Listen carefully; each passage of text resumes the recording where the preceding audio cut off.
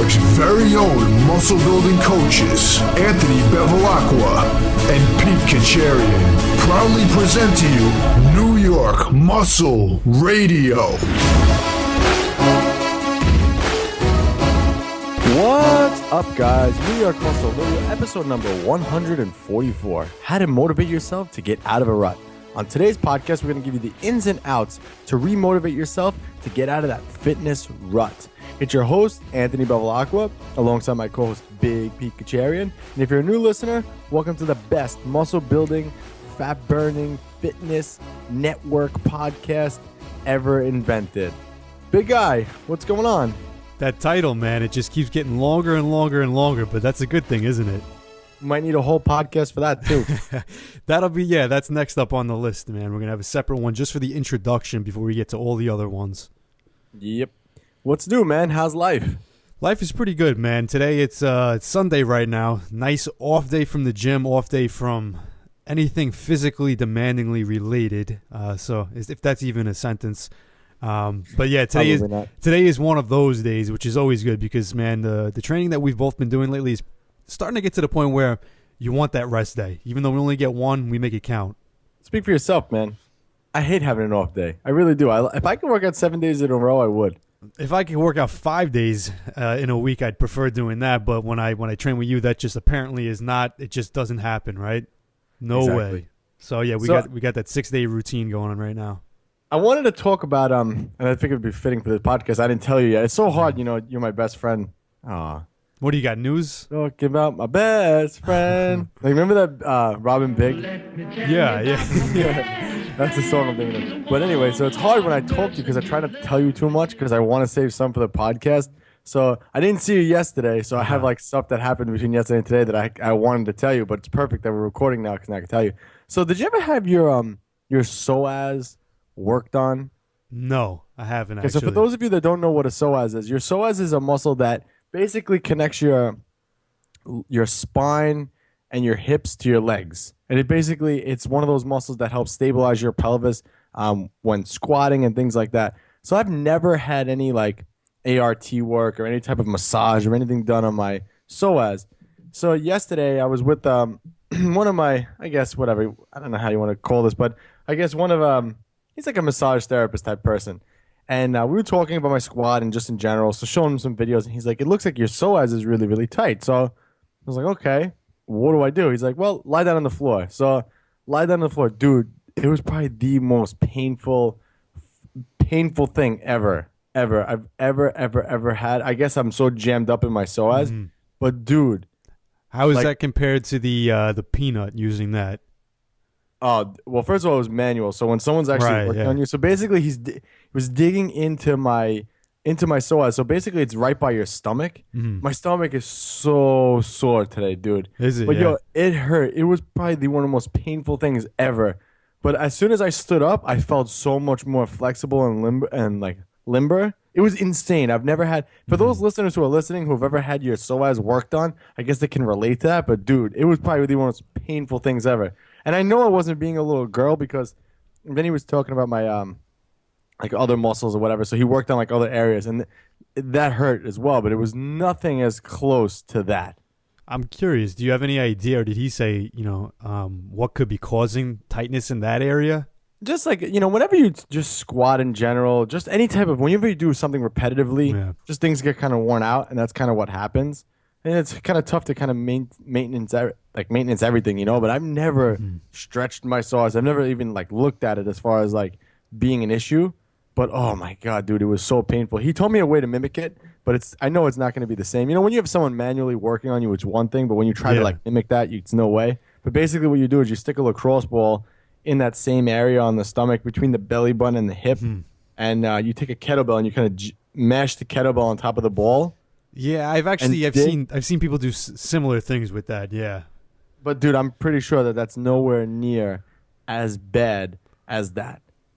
I'm telling you, I've never been in such pain ever from anyone ever working on me. It was insane. So after you got that work done, you felt just looser and more smooth, in the instantly. Hips, the lower back? Instantly. So it's one of those things where you don't necessarily think to address that area. If you have pain in the lower back, the hips, the glutes, you start foam rolling those things and working on that, stretching them out.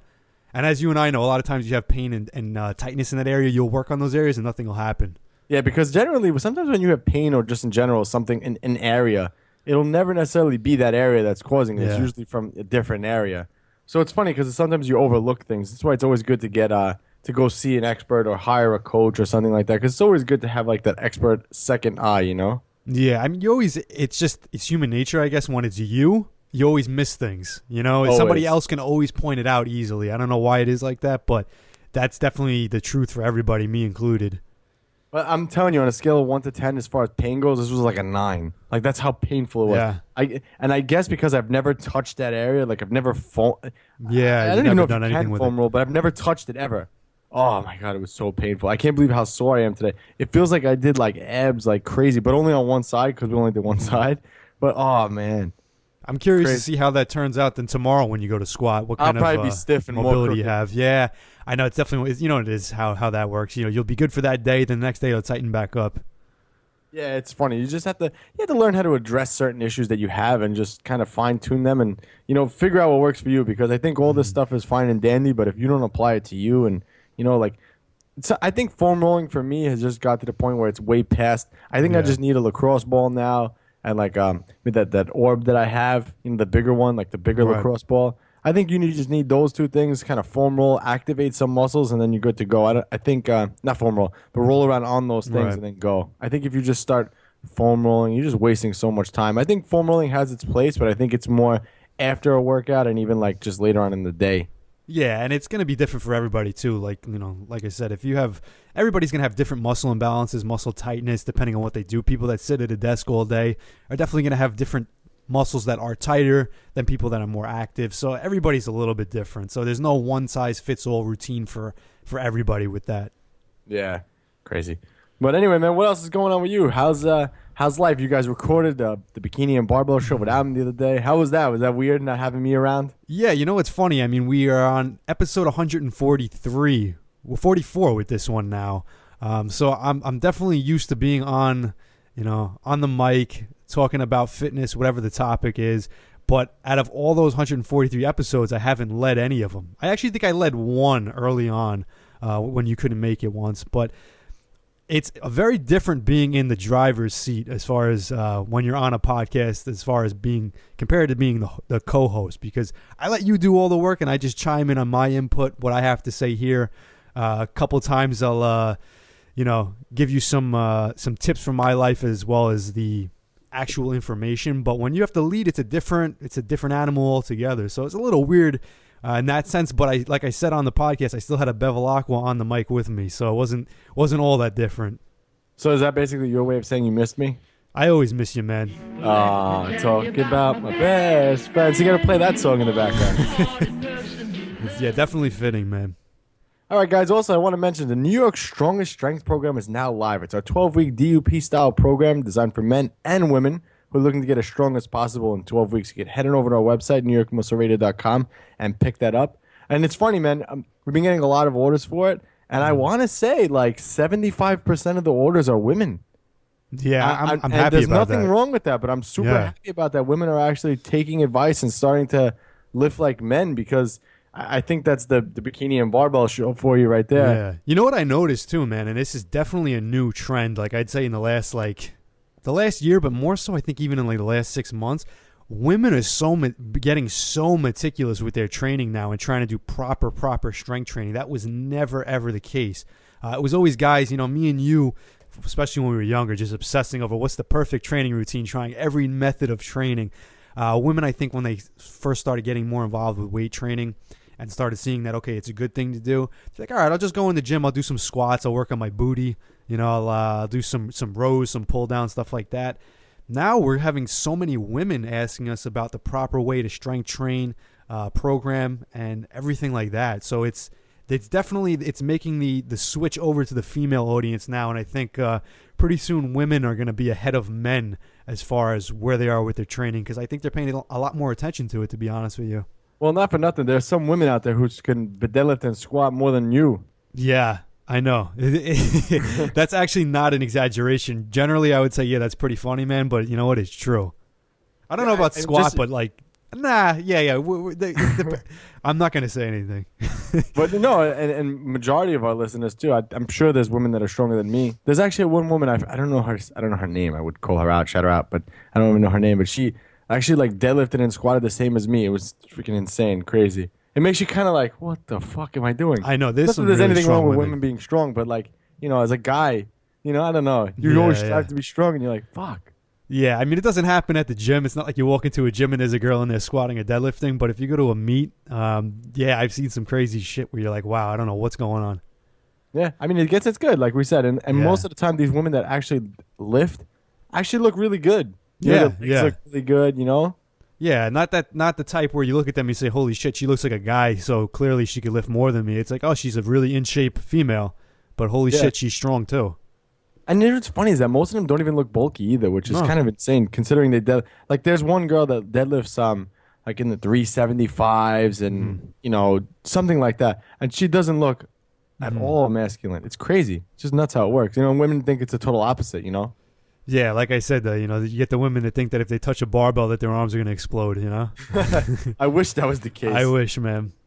I wish. Well, what are you going to do? All right, let's move on to the trending topics. I got a couple things today, man. I'm super excited for these things. So I think that I have some ironic stuff too, but I guess we'll start off with this one. So I came across this article and I thought it was really interesting that scientists genetically modify salmonella to eat cancerous tumors.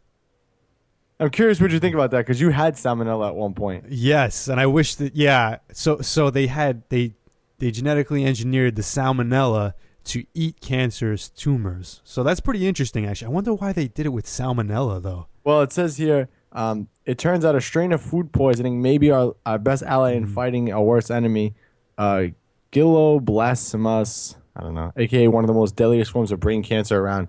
According to a new research project carried out by the biomedical engineers at Duke University, the bacterium salmonella, whatever, can be tweaked to turn into a nasty bug into a variable cancer-seeking missile.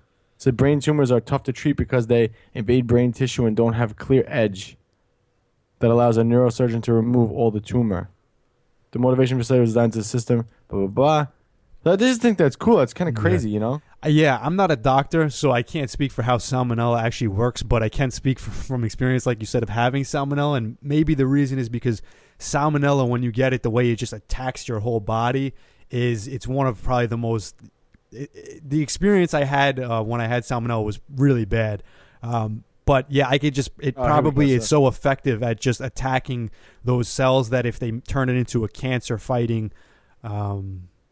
germ or whatever you want to call it, it's probably very effective at that, like you said.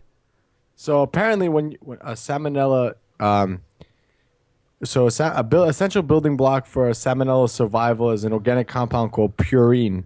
Salmonella suddenly acquires a taste for brain tumors because purines are enriched in tumors. So that ingredient that salmonella likes is enriched in tumors. So this way the bacteria only finds a good supply of its much needed foodstuff in tumors. That's kind of crazy, So in that case, then, if they're doing that, then if the person who would get that salmonella, they wouldn't experience the typical symptoms of it? That doesn't say. It doesn't. I'm assuming it would, but basically the salmonella lives off that purine, which is also one of the main ingredients in tumors. So the salmonella would go after the purine, which would be the tumor, and break the tumor down. That's nuts. Yeah, man. I wonder how long you would be sick. You'd have to be obviously monitored for that, but it's just crazy, how they find out these. Like, who thought of this? Someone a lot smarter than us, that's for sure. You never know. Yeah, that's a good point too.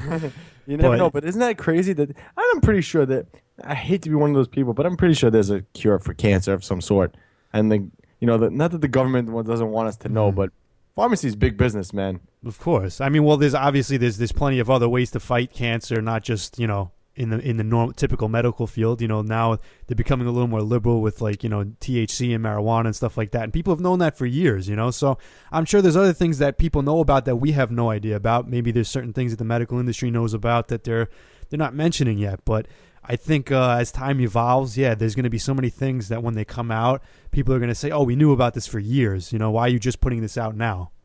Ah, definitely.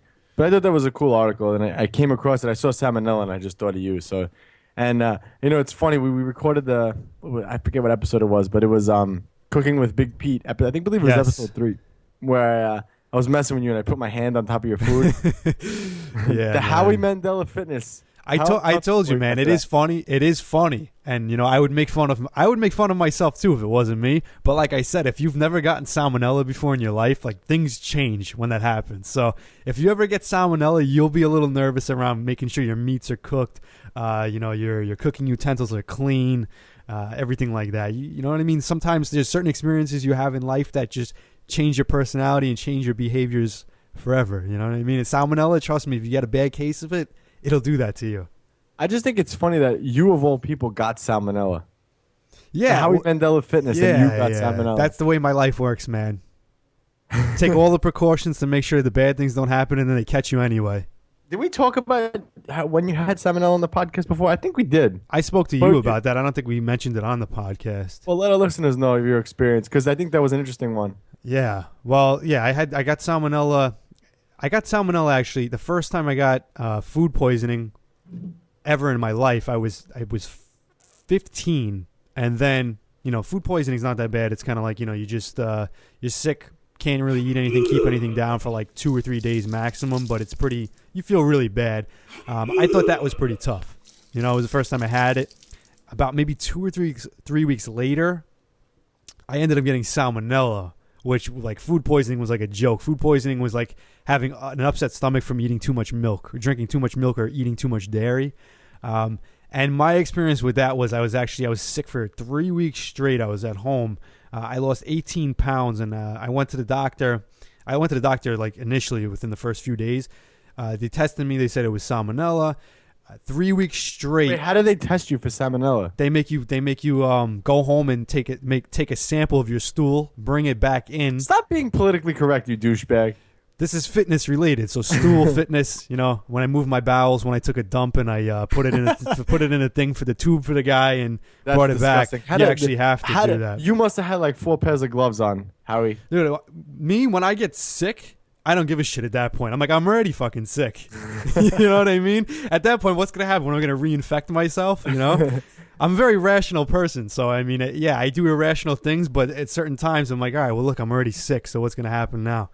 But yeah, you actually have to do that, believe it or not. And of course, you want to know that on the podcast. I like to keep things, look, I had salmonella. I went to the doctor. He made me take a test, and he said it's salmonella. But you want to know the nitty-gritty details. So yes, I did have to go home, take a sample, and bring it back to him. So yeah. So hold on, let me refresh our listeners' memory here. Howie Mandela Fitness, Pete Kacharian, had to go home, take a shit on something, and pick it up with a vial with his own hands. I mean, at least it wasn't like someone else's shit, but just the simple fact that you wash your hands about 3,000 times a day, that makes it even more funny. Yeah, man, life. I guess God has a sense of humor in some cases, right? All right, I'm to gonna fuck continue. with him.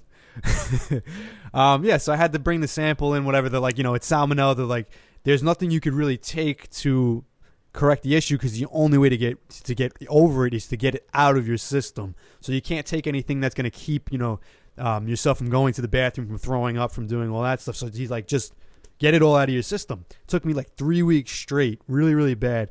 I lost 18 pounds by the 3rd week. Doctor told me, he said, listen, if you hit the 20-pound mark, we got to admit you to the hospital. So I had just missed that mark, and I was in pretty rough shape, to be honest with you. It was pretty rough 3 weeks because you're in so much pain. That's probably the biggest complaint that I had about it was think about like the worst stomach ache you've ever had from eating a bad food, or if you've had food poisoning before, think about that. But then times it like 1,000, and on top of that, someone's punching you in the stomach over and over again. That's what it feels like 24 hours out of the day. And then on top of that, you can't sleep because your stomach is always just pounding that you can't stay asleep. Plus then every time you eat something, you got to get up and go to the bathroom.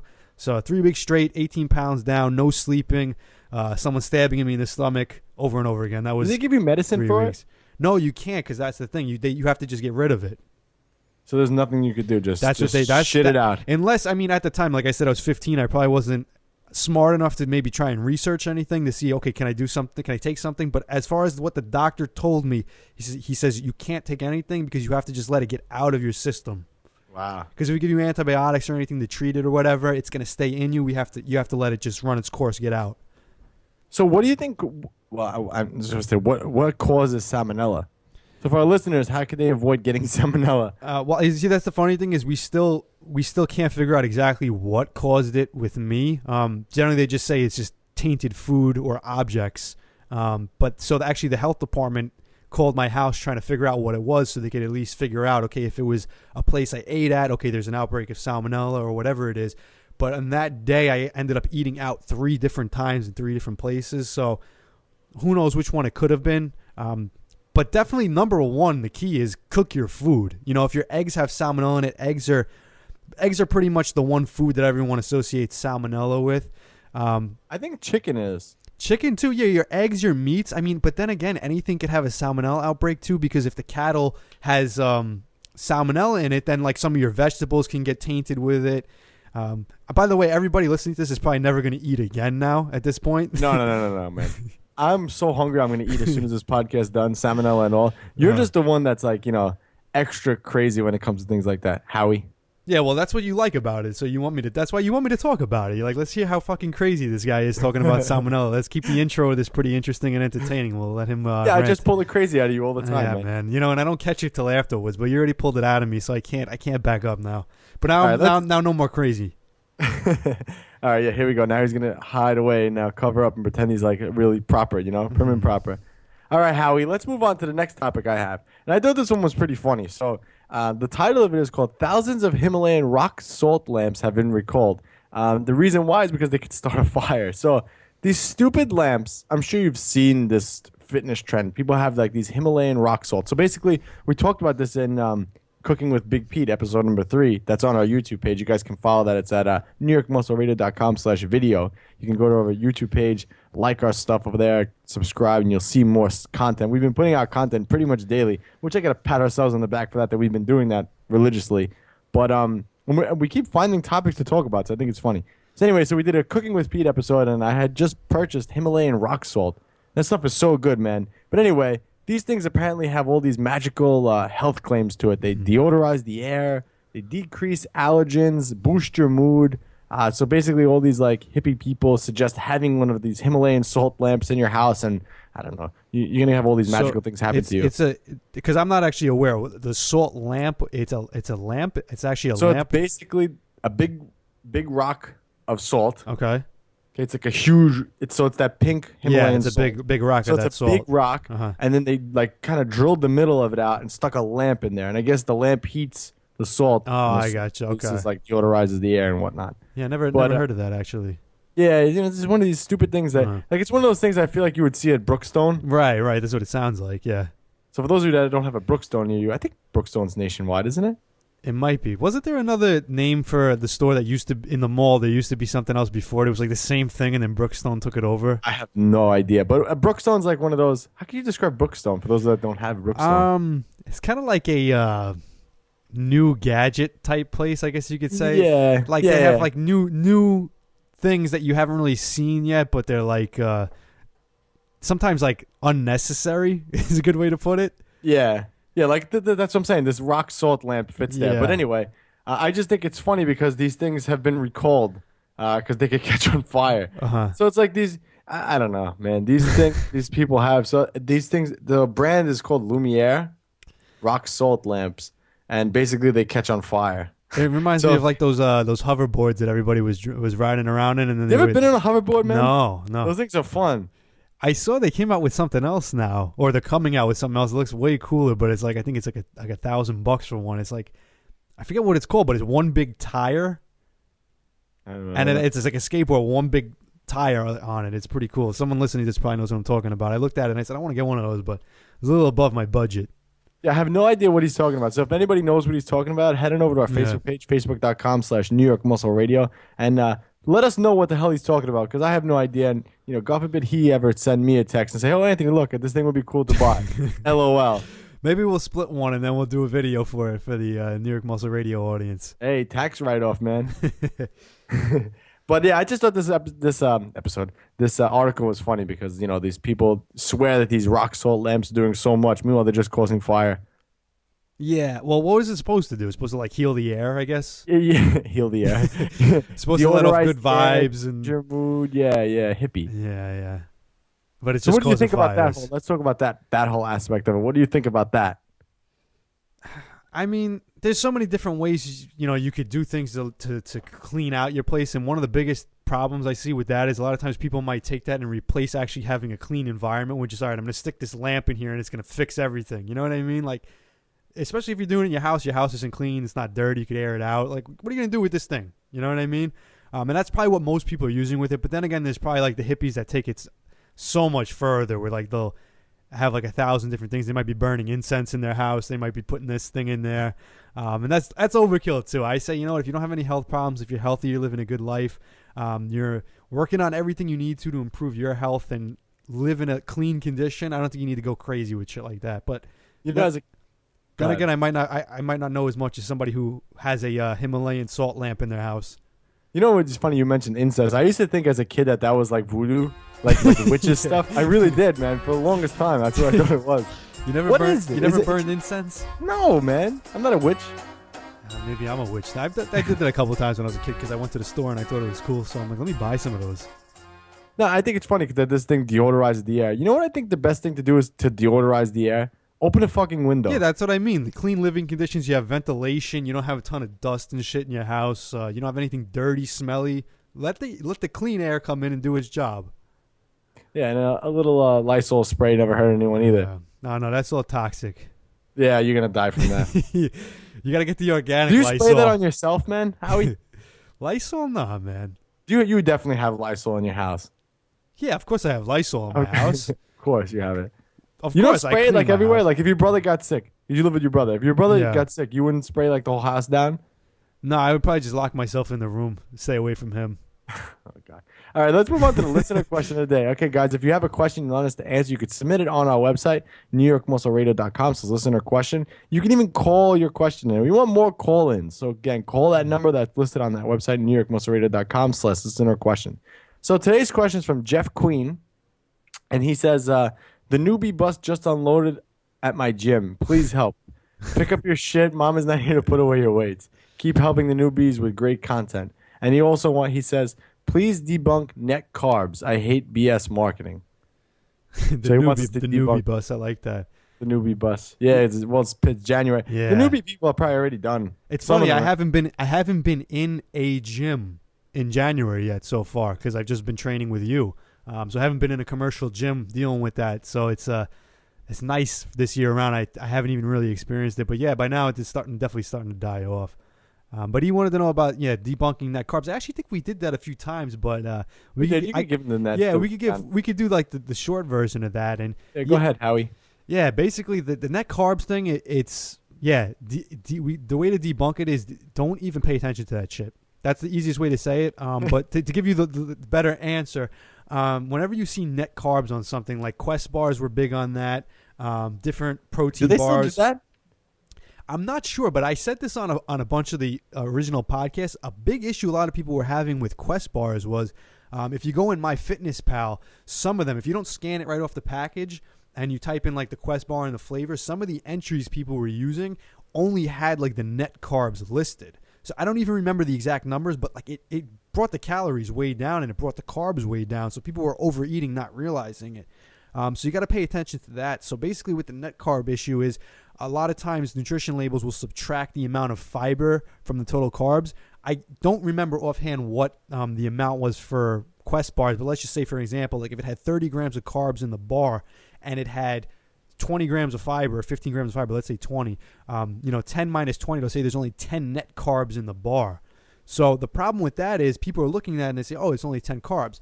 Yeah, there's only 10 carbs that are not from fiber, but that doesn't take out the calories from the whole 30 grams of carbs. So you still have to allow the amount of calories to fit in for your day. So if you're not going to count those as carbs, you want to count them as net carbs, fine. But the fact is fiber still has calories in it. The total carb count is still going to be the same. You're just not going to have as many grams of carbs from non-fibrous sources. So you got to count those, definitely. Because, again, those calories, if they're not, because the thing with fiber is a lot of times people get confused because fiber is not digested like a typical carbohydrate, but that doesn't mean it's not digested. It doesn't mean it doesn't contain calories. Yep. Couldn't agree more. All right, man. So enjoy the newbie bus that just pulled up at your gym, and don't worry, man. Just ride it out. Those newbies will be gone soon. Hopefully, they start listening to the New York Muscle Radio Network. And if they're a woman, they start listening to the Bikini and Barbell Show. And if they're a guy, I guess listening to both. But let's move on. I want to do some shout outs, man. We haven't done this in a while, so I have a little backtracked on this. But I'm going to shout out Steve Bazemore. He's one of our listeners, and he wrote a huge article on just in general. I'll read through a little bit of the article. 9 podcasts for a better you in 2017. So basically, he says he's hooked on podcasts, and he's looking for content that's going to motivate and inspire people and himself to push himself in his life and his career. So he goes on to list 9 podcasts that he listens to that are great, that help him just in life in general. So some of them, I'll just list some of them over here. Tim Ferriss, Lewis House, Michael O'Neill, the Tony Robbins podcast, which I didn't even know he had a podcast, and one of the Ask Gary V show.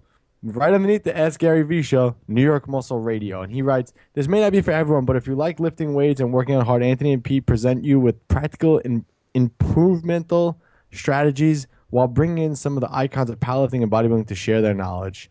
So I just thought that was cool, so I want to shout him out. He's obviously a listener, so shout out to you. Thank you so much for that article, man, and I really appreciate seeing that, especially to be in a lineup like that with those guys, and to be, I think we're well on our way, man, because when you can be up there with these guys and just thinking of bettering people, that's exactly what our goal is here on New York Muscle Radio.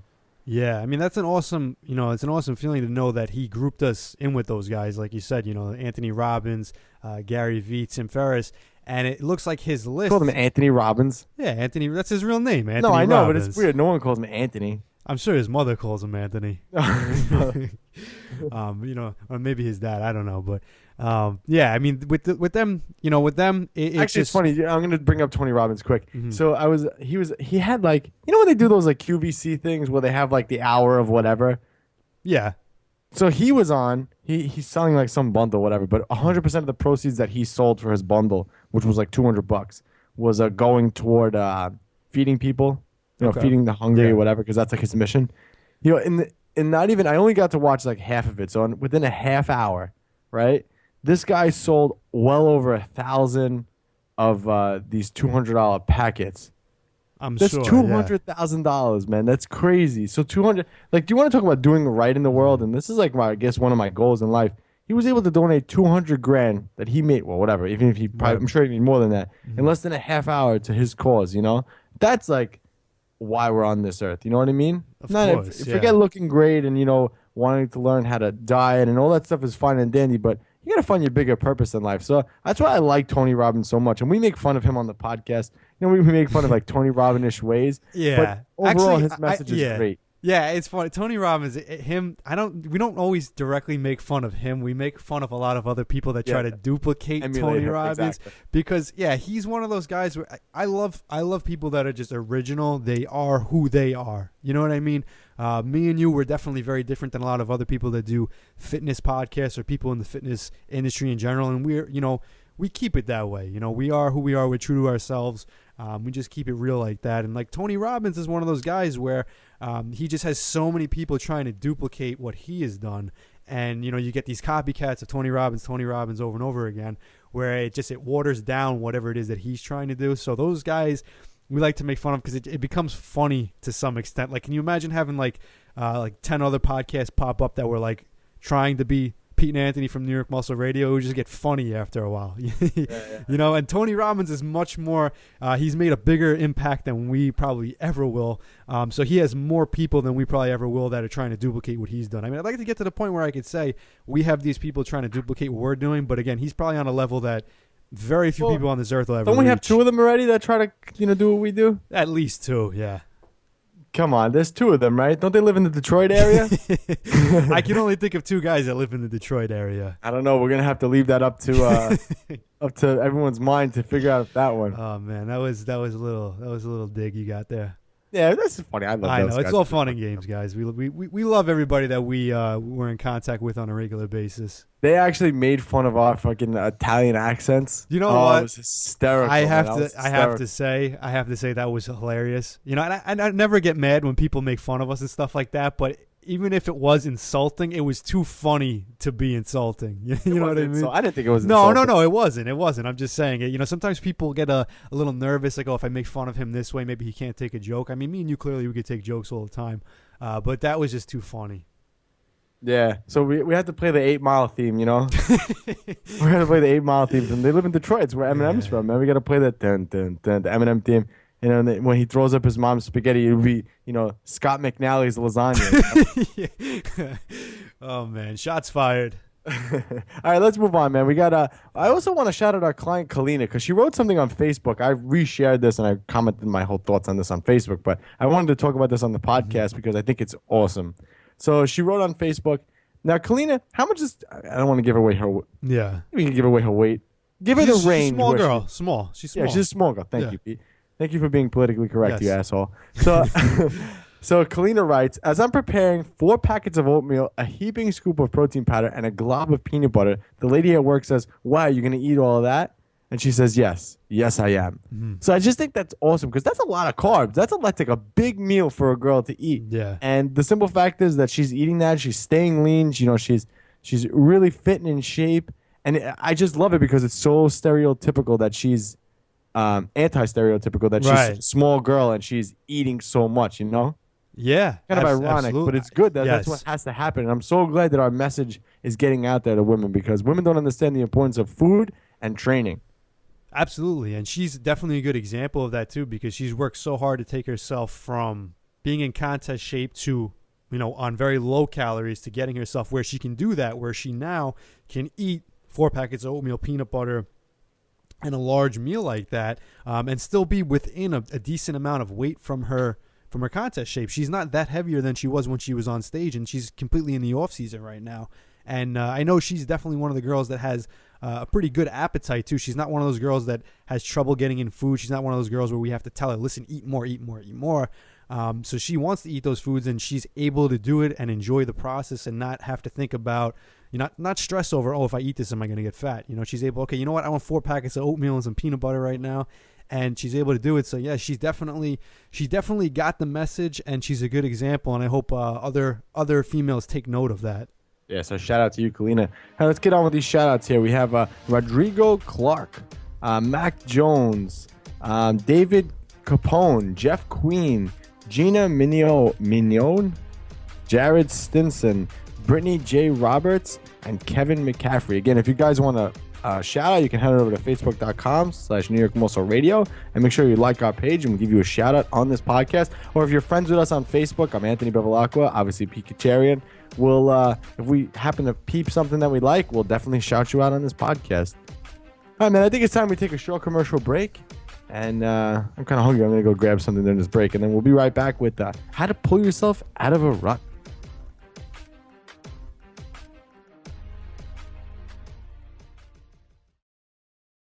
But I'll tell you what, when I'm done, my biceps are humongous. Humongous. Like that, bang! My name is Anthony Bevilacqua, and I'm the host of New York Muscle Radio podcast. My arms have been a weak point for years. When I started training, my arms measured 11 inches. Even after many years of hardcore training, nothing would get them to grow. With the help of my co-host, Big Pete, we set out on a mission to gain 1 solid inch to my arms in 12 weeks. In the greatest experiment of all. 12 weeks later, this program finally helped me get 18-inch arms. The 12-week arm experiment, the ultimate arm growth program, ebook, the audio book, and the workout video. Pick up your copy now on NewYorkMuscleRadio.com.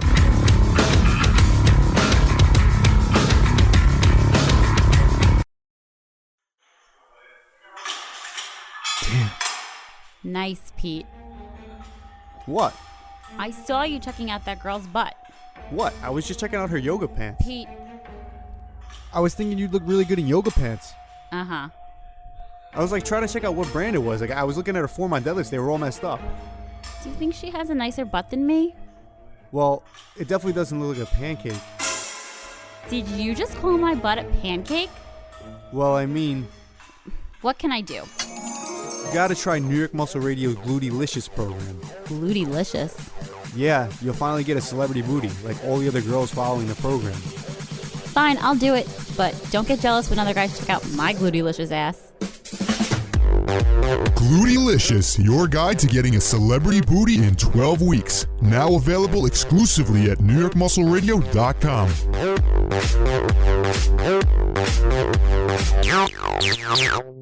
Hey, great coffee. Doesn't it taste good as fresh perk? Better. Better than those girls make at the office? Honey, their coffee can't hold a candle to yours. Caffeine, the world's only instant coffee that's fortified with muscle-building protein. Visit buyproteincoffee.com now. What's up, New York Muscle Radio listeners? It's your co-host, Big Pete Kacharian, and I'm glad you're all listening. Put down that tilapia and asparagus. Learn how to get bigger, stronger, and leaner eating what you want. Pick up a copy of Cracking the Flexible Dieting Code exclusively at newyorkmuscleradio.com. But for now, let's get to the show. All right, guys, we're back. New York Muscle Radio, episode number 144. How to pull yourself out of a rut and get re-motivated and revigored. That word. Vigored. Vigored. How do you say it? I hate that word so much. Vigored? Vigored? I don't even know if that's a word, man. No, yeah, it is. Invigorated? V-I-G-O-R. Invigorated, yeah. Yeah, if you have vigor, so I guess the word would vigor. be... Is it vigor? To get more vigor, you know? That's so weird. Such a fucking old word. Anyway, I think we all have been there before where you're just sick and tired of doing the same old crap. You know, working out becomes more of a chore than enjoyment. And this is totally a normal occurrence. So we're going to give you guys our points on how we kind of overcome this. So what exactly does it mean to be in a rut? Yeah, being in a rut, basically, I mean, it could definitely feel different for a lot of different people depending on the situation. But basically, being in a rut is just when, you start going through the motions with whatever it is you're doing. You know, you go in the gym and whatever, it's leg day and you say, all right, I'm going to squat, but when it gets heavy, I'll rack it. Maybe I'll move on to some leg press. Then maybe I'll do a little cardio. Then I'll go home, you know. Or you're on your diet and you say, okay, you know what? I'm supposed to eat, 2,000 calories today. You know what? I'm a little hungry, so I'm going to eat 2,300 calories today. You start kind of just going through the motions, not putting in 100% effort, not enjoying it too is then the next big thing. You're kind of doing it without any real purpose or end goal in mind, and you're just doing it just for the sake of doing it. You no longer do it for the same reasons that you did. So that would be pretty much to sum up being in a rut. Yeah, I mean, for me, being in a rut just means like, I don't want to fucking do this anymore. I'm so tired of this shit. Why am I doing this? And you start to second guess everything, you know? Yeah, and again, that's something too where it kind of takes a little bit of time for you to consider it a rut. You know, everyone has those days, especially even when you're completely motivated, where a day you might not feel like it. You're tired, stressed, or whatever it is. You might have a day. It doesn't mean you're in a rut, but you know, when you start going through a phase where that's the normal for you now, 2 weeks, 3 weeks, a month, where every day that's how it is, that's when you're definitely in a rut. Yeah. So what are some examples of being in a rut? I mean, we've obviously given some, but have you ever been in a rut, big guy? Like what? I mean, you're always in a rut. Well, yeah, again, like I said, it's different for everybody. So a rut for me is going to be different from somebody like a rut for you. You know, a rut for you might be when you start going in the gym and, you know, you have a week where you're not really feeling like training. You're not just not into it the same way you normally are. For me, I've been in two. As far as I can remember, I've been training since I'm 14 years old. I'm 27 now, and in that time period, I've only been in two ruts where I'd consider it a rut where I actually had to change something and kind of pull myself out of it. The first one, and this was definitely the bigger out of the two, was 2011. I was in a rut pretty much from like 2011 to like 2013, and that actually came just from burnout. You know, I was competing in bodybuilding from 2009 to 2011, and those were probably the most stressful times as far as ever in my life with working out, because I pushed my body to the limit. I was constantly dieting. I went through so many different phases where I got extremely lean. All of 2011 was pretty much a dieting phase, the whole year. So when that ended, I basically at that point just kind of lost my motivation for competing. And then in turn, since I wasn't motivated to compete anymore, I kind of said to myself, like, why am I training so hard if I'm not competing? You know, maybe I'll just go in, just do a little bit of exercise to keep myself in shape. I still loved bodybuilding, but I just didn't have that drive to really push it at the same intensity that I was when I was competing. So that period of time, I went through a rut where I was still training, but I might have taken a few extra days off here and there because I'm like, well, why push it 100%? Why go 5-6 days a week if I'm just trying to maintain? So that happened. That went on for a couple years actually. Then I'd probably say I had one smaller rut again, which was more recently, right before my last physique competition, because I actually kind of got to the point where in between those two ruts, I started training again, started going full force with it, but I didn't have a real clear-cut goal. I kind of just started training again just because I wanted to get back into it and enjoy the process, but then I didn't really have a real goal, so I had no incentive to, diet correctly, to train any other way other than the fact that I felt like at that point. So I was in kind of a rut where I gained a little bit of body fat, and I didn't really have a real direction. So right before that, I decided, okay, you know what, to get out of this rut, I want to cut down and I want to focus my goal on getting as lean as possible. And I ended up competing again. So those were the two ruts that I definitely had. See, for me, I feel like I get more into a rut the harder, like the more into my training that I am, especially when it comes time closer to contests or closer to the time when I'm going to peak for a meet or just getting ready to max out in general. I feel like I definitely get more into a rut. Like, I don't want to be here. Why am I doing this? You start to question everything because your body doesn't want to be there, And I think that that's normal part of it. But as far as like exercise go, I think I'm way past that point in my career to ever be tired of working out. I think I will continue to exercise for the rest of my life. I don't think I'll ever not exercise, whether I'm going to compete or not isn't, neither here nor there. But I think I'll always incorporate some type of fitness into my life. And I think that a lot of the time, for me personally, when someone is experiencing a rut and not wanting to work out, and I think personally they just need some time away from the gym. Yeah. A deload, we'll cover this later. I don't want to get too much into it. But for me, it's always been around that time that I've always been like I was in a rut, Yeah, absolutely. Like I said, my biggest rut came from basically a 3-year phase of overtraining. And, when I say overtraining, I basically mean to the point where I just burnt myself out, not physically overtraining. But yeah, it was pretty much where the deload that I probably needed was what I took, where I basically gave myself a period of time afterwards where I said, listen, don't stress yourself on being, like training and eating like a bodybuilder or a competitive athlete, because right now, that's not your focus. And if you keep doing that, you might not ever return to it because you're going to be so mentally and physically burnt out from it. So I think that that's what happens. Sometimes you actually burn yourself out and you force yourself into that rut.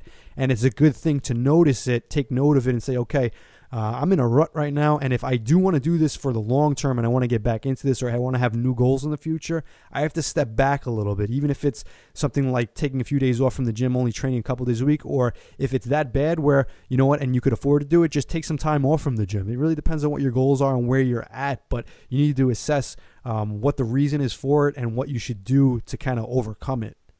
And I think that, going back to what you mentioned, dieting or whatever, and whether it's fitness or not, but one of the things with dieting especially, this is why we recommend flexible dieting. One of the things I noticed with dieting, when people jump on diets, whether it's the Atkins diet, whether it's the Zone diet, whether it's whatever, those diets are so strict that you could easily get burnt out and put yourself in a rut eating that. And then as soon as you step outside of that, it's like a binge fest, And I think this is why Cracking the Flexible Dieting Code, our signature ebook, is so important for people to understand, because you can follow any type of diet, but just in case there's one day where you don't want to eat this type of food or do this, you can switch it and have something else and still make progress. And, it wasn't for me, especially when I was contest dieting, my first couple of contests, and you're following the same bro food, chicken, rice, all the quote unquote healthy food you're supposed to be eating when you want to lose weight.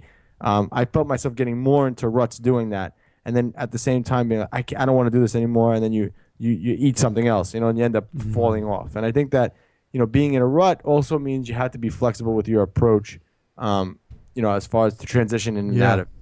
Because when you're too strict on something, when you're too much in one way, you're always going to have a pushback to the other direction. Yeah, absolutely. I mean, it's just like the example, like, when people say, the string that broke the camel's back, or the straw that broke the camel's back, it's basically, that's, you can look at that. Basically, everybody has, you have a finite amount of willpower.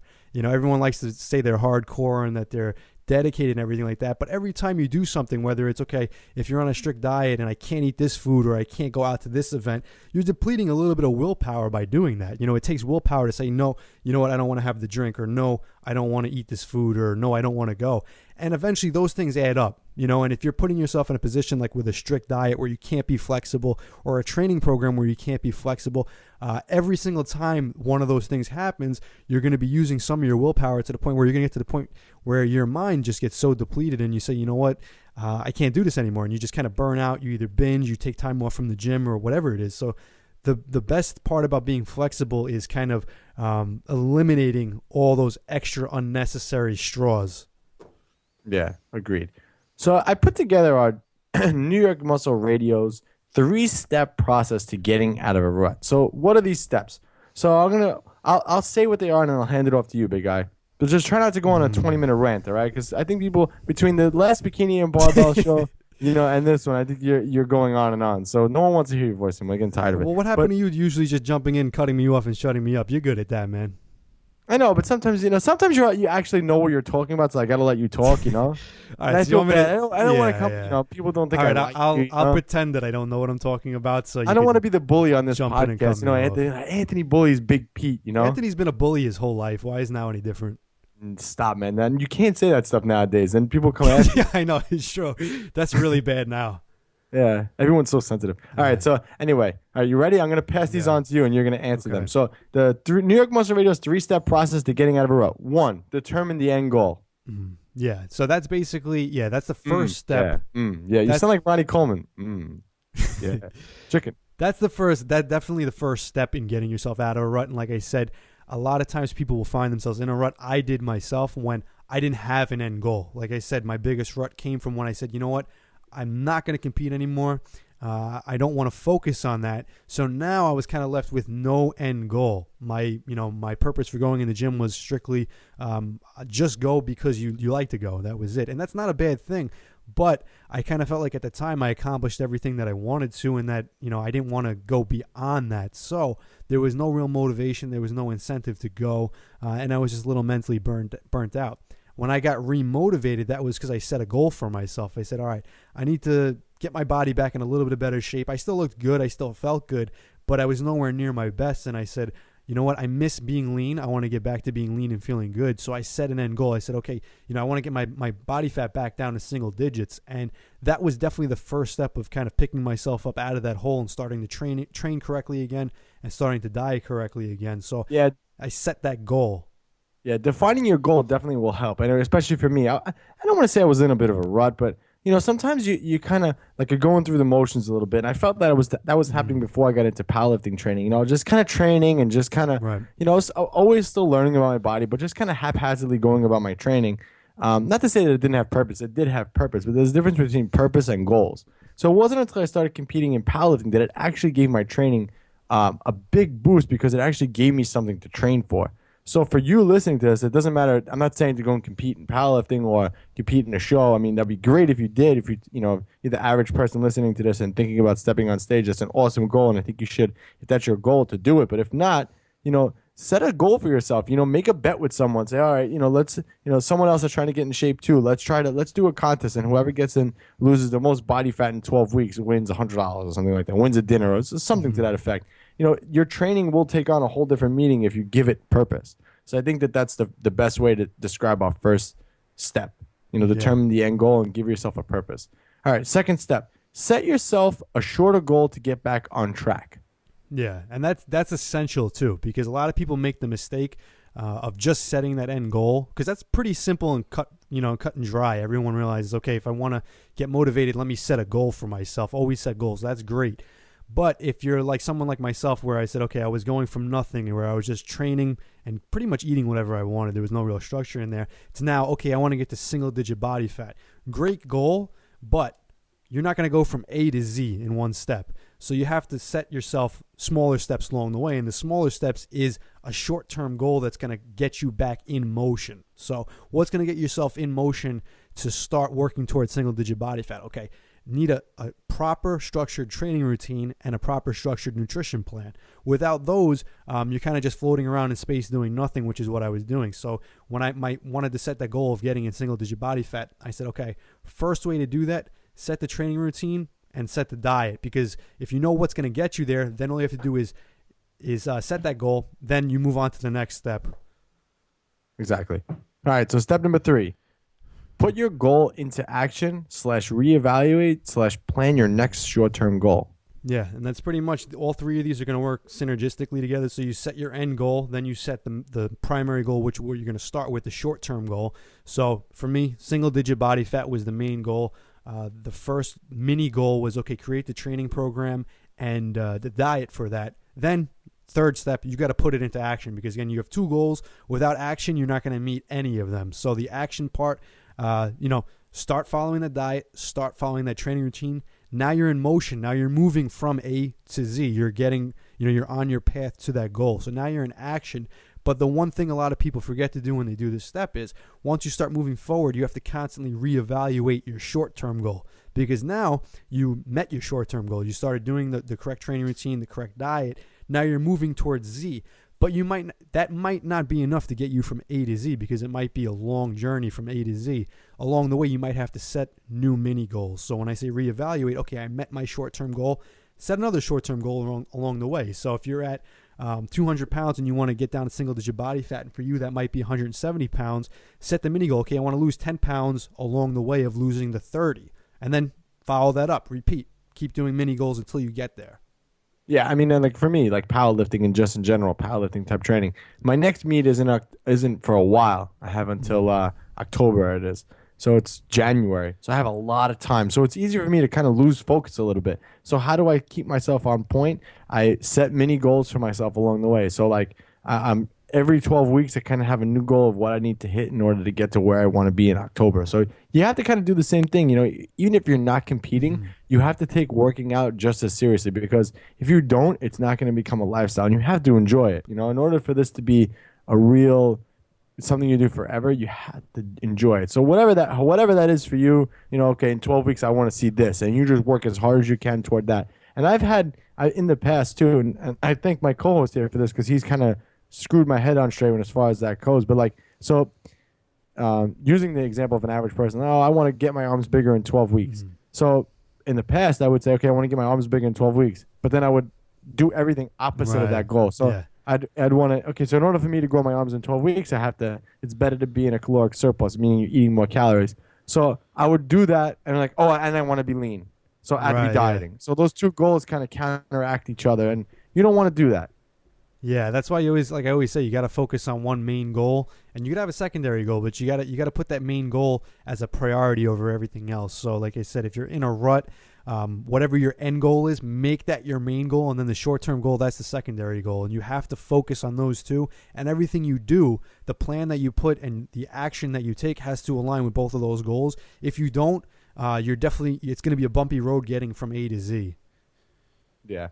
The other thing that I want to go and talk about now, because I mentioned this a little bit before, is sometimes a rut and being in a rut can be described as actually needing a deload. So I think the best thing to do in planning out your training, and we talk about this, we have deloads set in usually all of our programs, especially in the New York Strongest program that we have out. Deloads are a must. You have to have, in order to take steps forward, you have to take some steps back. And again, this will help you recover. There's a lot of benefits to going into deload, which we've talked about so many other times before.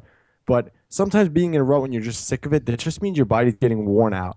And it's totally normal. It's totally, something that you have to, understand that's going to happen. So it's totally normal. So what I would recommend is if you're just sick and tired of being in the gym, say, okay, I'm going to deload my training next week. I'm going to go light. I'm going to go into the gym still Monday, Wednesday, Friday, or whatever, Monday, Tuesday, Wednesday. I'm going to go 60 to 70% of what I normally do, stay there. And then I'm going to take Thursday, Friday, Saturday, Sunday off. I'm telling you, those 4 to 5 days off really make a big world of a difference to you. I mean, I took 2 weeks off of my last meet. 2 weeks. Dude, I was dying for the last couple of days, especially. The first couple of days, 5 days, I was like, all right, this is good. I needed this added break. I was recovering. But, man, toward the end of that 2 weeks, it was brutal. I was like, I can't wait to go back in the gym. I should have went back last week, Yeah, you remember? For anybody who hasn't done that or is not used to taking regular deloads, you'd be surprised what either a few days off or a week of just lighter training will do for your motivation and your drive to get back in there.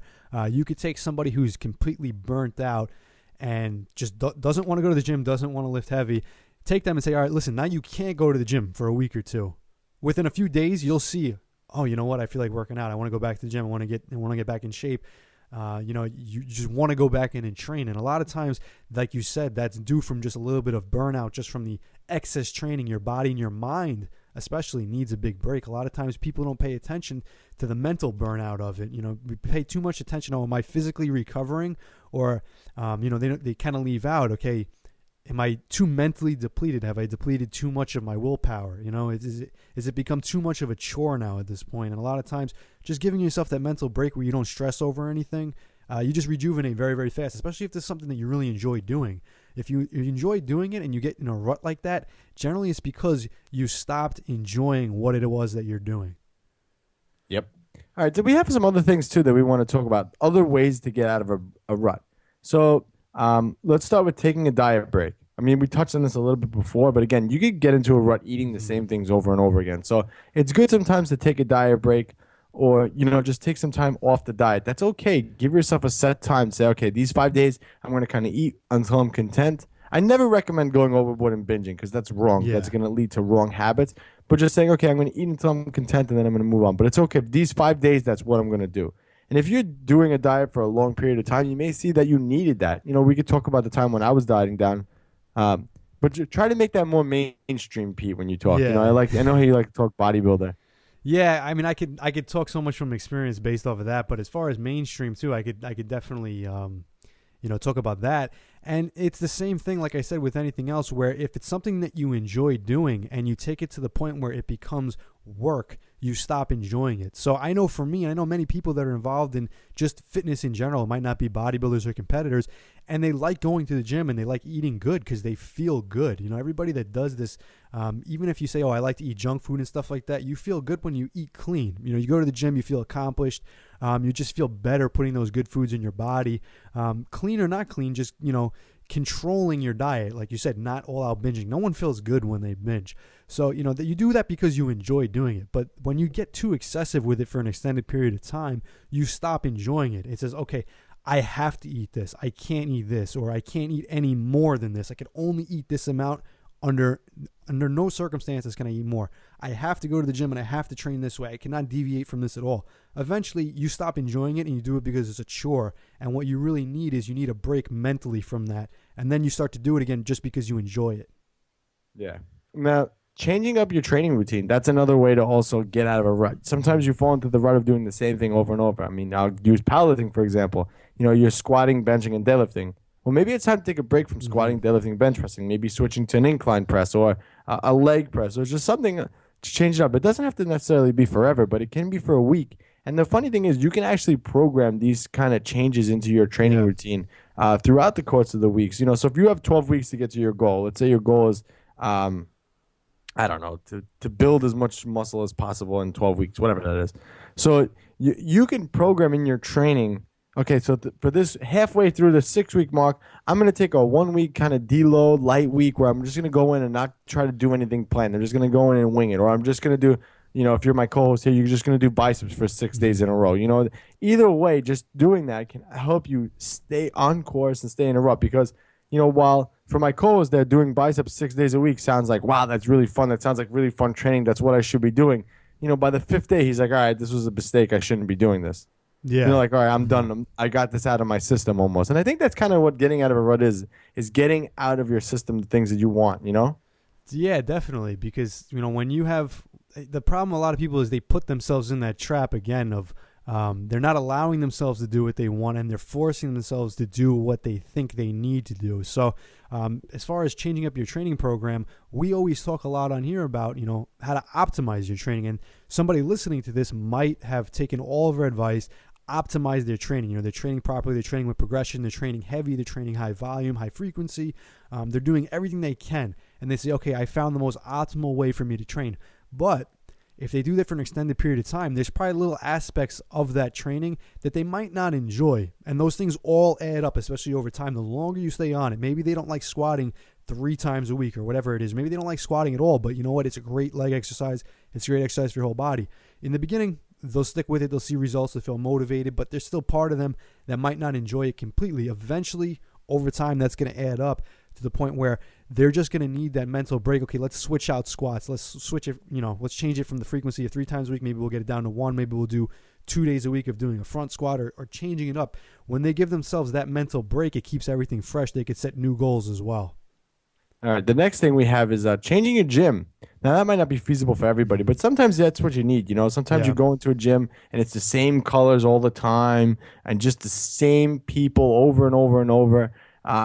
This is also, I'll tie the other ones that we have into here. Changing your schedule, too, because if you go to the gym at the same time every day, there's always going to be the same people around. The same people want to talk to you. This is one thing that I don't miss about going to the gym. I love having my own private studio, but again, changing your training partner, changing your gym, just those little changes sometimes can reinvigorate you. I always recommend working out with someone who's, as far as a training partner goes, someone that's a little more experienced than you, a little more stronger than you, because you can always benefit from that. If you work out with someone weaker than you, sometimes you can kind of fall back to where they are almost, because usually if someone's ahead of you, you're always going to try to push to be better for yourself. If someone's behind you, you're always going to not push yourself as hard. So I would recommend trying to change those things up.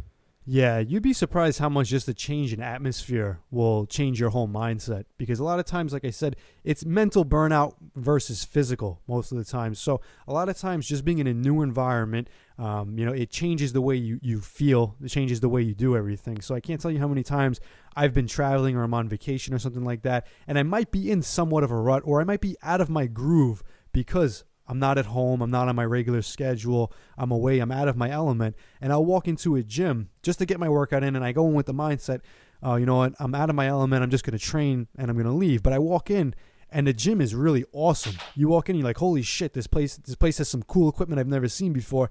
You get excited, and then you just get that new motivation again to, train really hard. So many times I've had great workouts like that, just walking into a different environment. I've also had great workouts where I'll walk into a gym expecting, oh, you know what, I'm just going to kind of go through the motions today. I'm going to get my X sets in for the day, whatever it is, my X reps for the day. And I walk in and somebody I haven't seen in a while or somebody that I want to train with is at the gym that day. And you know what? My mindset just changes instantly because you know what? He's training legs today too. I'm training legs. And you know what? This is going to be an awesome workout today. So a lot of times you can use those external factors to help motivate you, and you should take advantage of those. Exactly.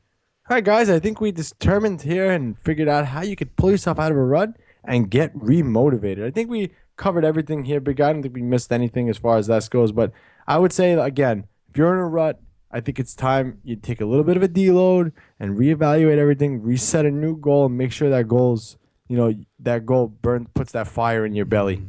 Yeah, definitely. And do remember why you do this and what part of it you enjoy, and focus on that. Exactly. All right, man. I think it's your turn. All right, guys. Pete and Anthony, New York Muscle Radio, and we're out. Enjoyed this episode of New York Muscle Radio? Make sure to hit that subscribe button, leave us a 5-star review, and be sure to follow us on Facebook, New York Muscle Radio.